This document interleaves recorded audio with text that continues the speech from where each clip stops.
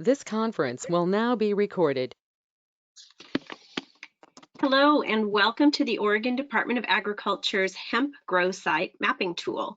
This will help you put needed information on your hemp grow site application, such as a map of your grow site and production areas and the area of your production areas and the latitude and longitude of your production areas. The first step is to enter in the link here of the tool, and you can find this on your application as well as on our website. So I'm going to go ahead and enter in to the mapping tool.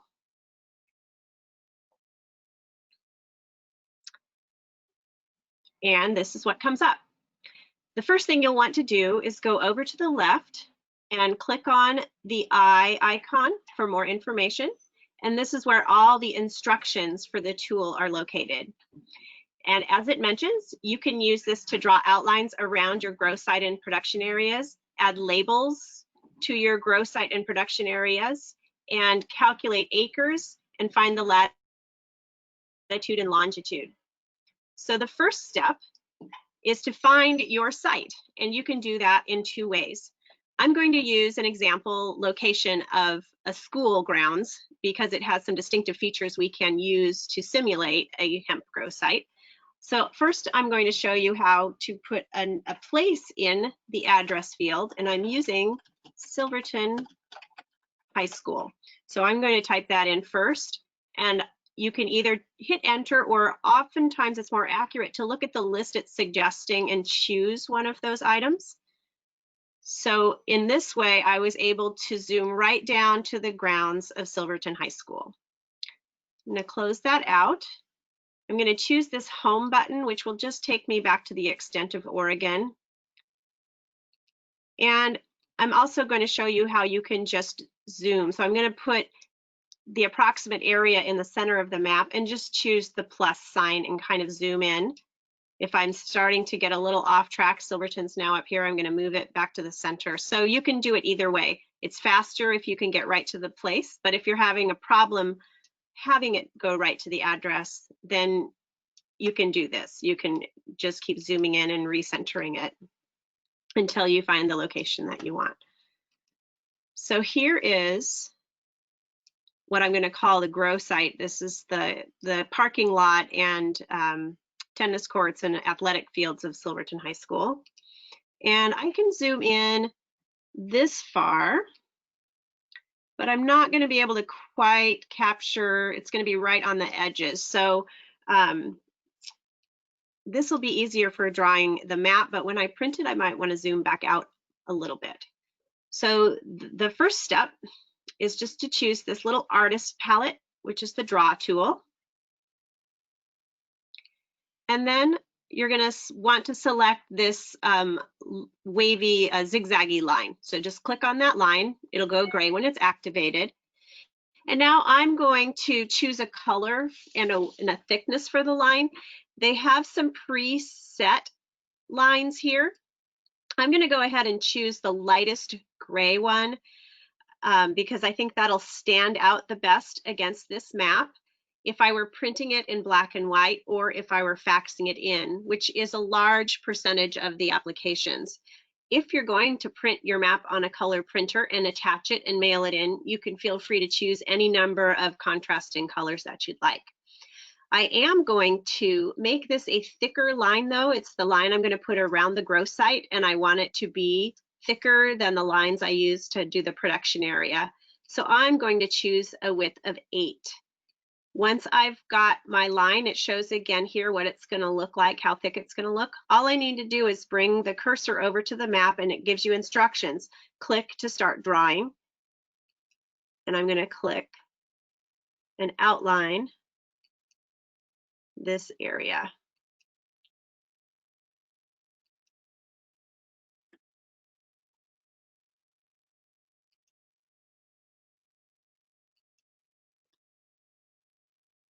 And then double click to complete, and it stopped drawing. Now, if this draw box kind of gets in your way, you can move it anywhere you need to. And you can even move your map around. The most important thing at the end will be to make sure it's in the center. But if you need to move it a bit to access areas that you need to outline, that's fine. So now I am going to decrease my width of this line to just represent the production areas. I'm just going to go down to 4, about half the size. And I'm also going to show you that if I wanted my line to be a little bit brighter white rather than this gray, you can click in the box that says color and you get this whole range of colors. The closer you are up to this corner, the lighter it'll be. So I'm going to go ahead and just change this to be a little bit lighter. You don't have to if it seems to stand out well against the satellite image background, and it will still stand out well once it's printed or faxed, then you can keep it this default light gray color. So I'm going to go back up and now you can see the preview line has gotten skinnier and much lighter. So I am going to say that this lower corner is one of my production areas, one of my outdoor fields. So I'm just going to do the same thing I did with the grow site and draw these lines around it. Double click and I have one grow site, one production area in my grow site drawn. And I'm going to start another one. Let's call this whole area up here one large field.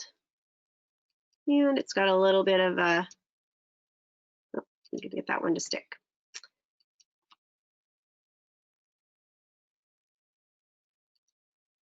And again, I'm going to double click because I've completed it.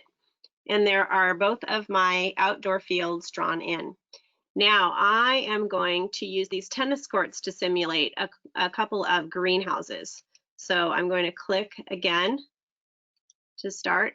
There we go. Sometimes it's a little sticky and you have to click twice. If you get a little glitch, sometimes you may need to unclick and re-click the gray on the box around the line, but this one I got it to go again. So I'm going to outline one of these tennis courts to simulate. Click it there and double click. And again, it does not have to be perfect. It needs to just give a good indication to the reviewer of your application of where your greenhouses are. So now I'm going to come back over. I'm going to say this greenhouse here is also going to be a production area at my grow site. So I'm going to double click.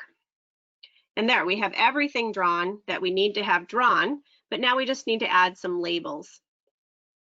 So then you move from using this zigzag line over to the text box.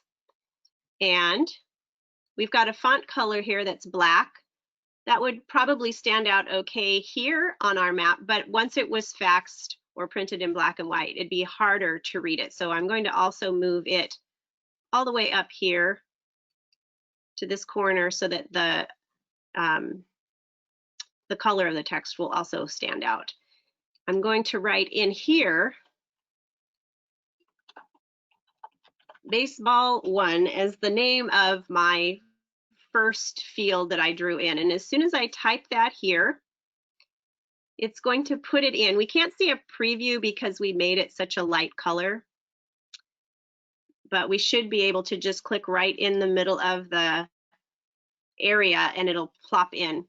If you need to change the font size, if your text won't fit inside, you can just decrease this number or increase it as needed. So now all I need to do is go back to the text box and change the 1 to a 2, and then I can click in the middle of my other field, and there it is labeled baseball 2. Now the greenhouses are tiny. I don't think I'm going to go into a tiny, tiny font. I could just put some labels right below. I'm going to call this GH1 and GH2. And I could just click right below this one, GH1,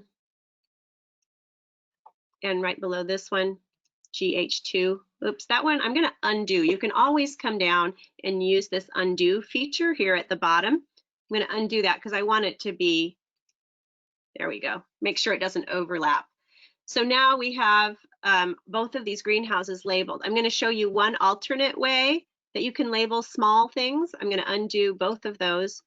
I'm going to change really quickly to an arrow. And I'm going to also change the color to white.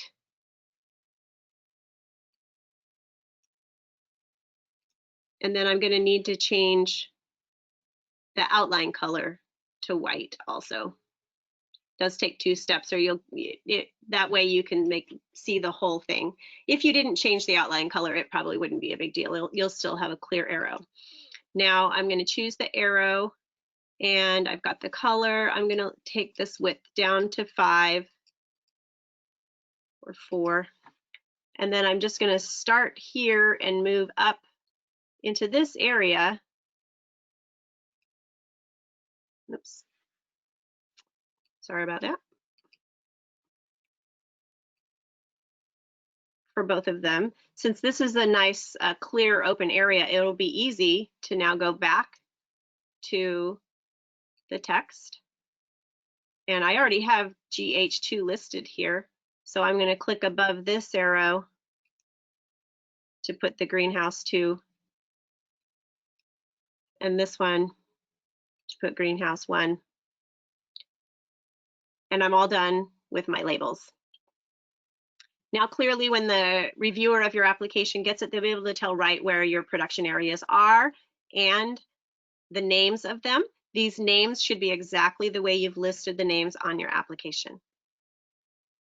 So we've finished outlining the grow site and production areas, and we've finished labeling the production areas.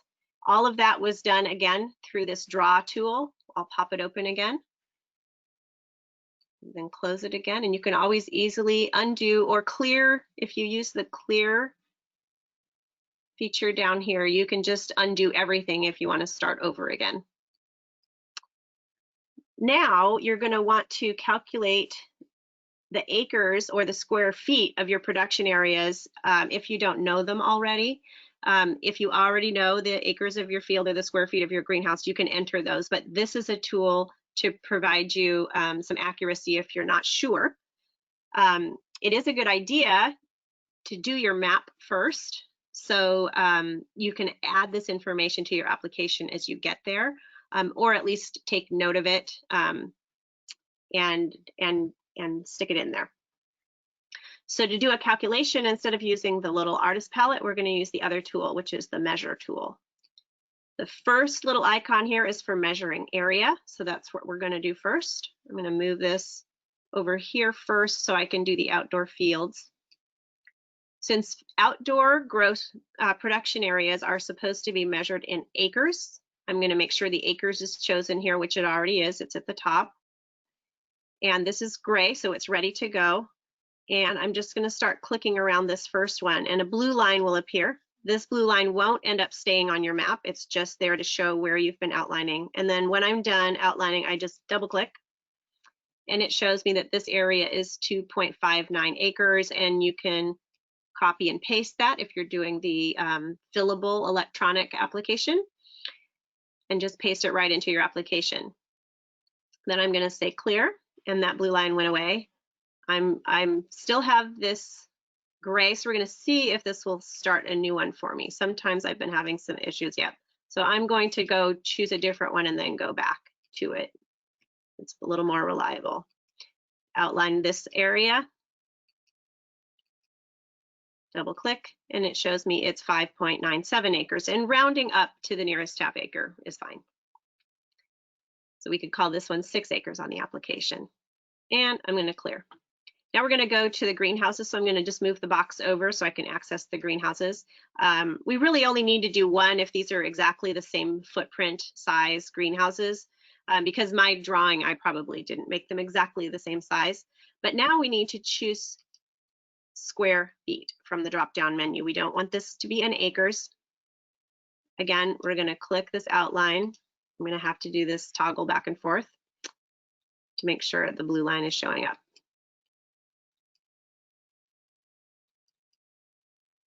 Okay, so that is approximately 6,250 square feet. And if it were the same size, I could use the same measurement for this greenhouse. If they're different size greenhouses, then you would just repeat that measure. So now I'm going to clear that. The last step we need to do with the measurement tool is to tell where the latitude and longitude of each of these is, because that's an important component of your application. So now we're going to use this last icon that says location. And as I move around, I'm going to bring this over. You can see it completely. As I move around the map, the latitude and longitude of the cursor changes here. But as soon as I click someplace, I'm going to click in baseball 1, and I get a pin icon with the actual lat long of right where that pin dropped. And so again, all you would need to do is copy and paste each of these values into the latitude and longitude section of your for this production area. Then we'll go to the next one. We'll just click again, and that point disappeared from baseball 1. It's now in baseball 2, the marker. And again, you would just need to copy and paste these lower values. Remember, the upper one is always just going to be wherever the cursor happened to be. So don't copy that one because it's not going to be accurate. The one with the pin icon to the left of it is going to be the right one. So now I'm going to clear those. I'm going to move my box again so I can see the greenhouses. And I'm going to do the same thing. Pin that one, record it, pin that one, record it, and you're all done outlining, labeling, and recording the information you need to for area and location of your production areas. So the last step is to create the printable version of the map. And for that, all you need to do is go to this up into this upper left-hand corner area again where you see the printer. And I think for this, I am going to zoom the map back out just to make sure that my whole grow site doesn't run off the edges of the printed version. You can see that some of my labels are looking a little strange though. So this is where you might have to play around a little bit. So in this case, I think I will just stay zoomed in and see where my map comes out. So I'm going to go up to this printer, and I'm going to call this my Silverton grow site. So I'm going to call this the Silverton grow site map. So give your map the title that is the same name as the grow site title on your application. It will help make sure that we're keeping the right pieces together. Sometimes you'll have to end up emailing your map separately if it's requested by one of the reviewers. And when you have a title on your map, it'll help them match back up quickly with your original application. We do not ask that you send a map by email initially, only if it's requested, if the map that you sent with your application, especially if it were faxed, didn't come out clearly. So the layout, you can choose whether the map will be up and down, portrait style, like looking at a regular page document, or whether it's landscape. And I recommend using one or these two, the ANSI A portrait or ANSI A landscape. Because this grow site is oriented more north and south, I'm going to keep it at portrait so that the page will better match the orientation of my grow site. And we want this to come out as a PDF. Now when we hit print,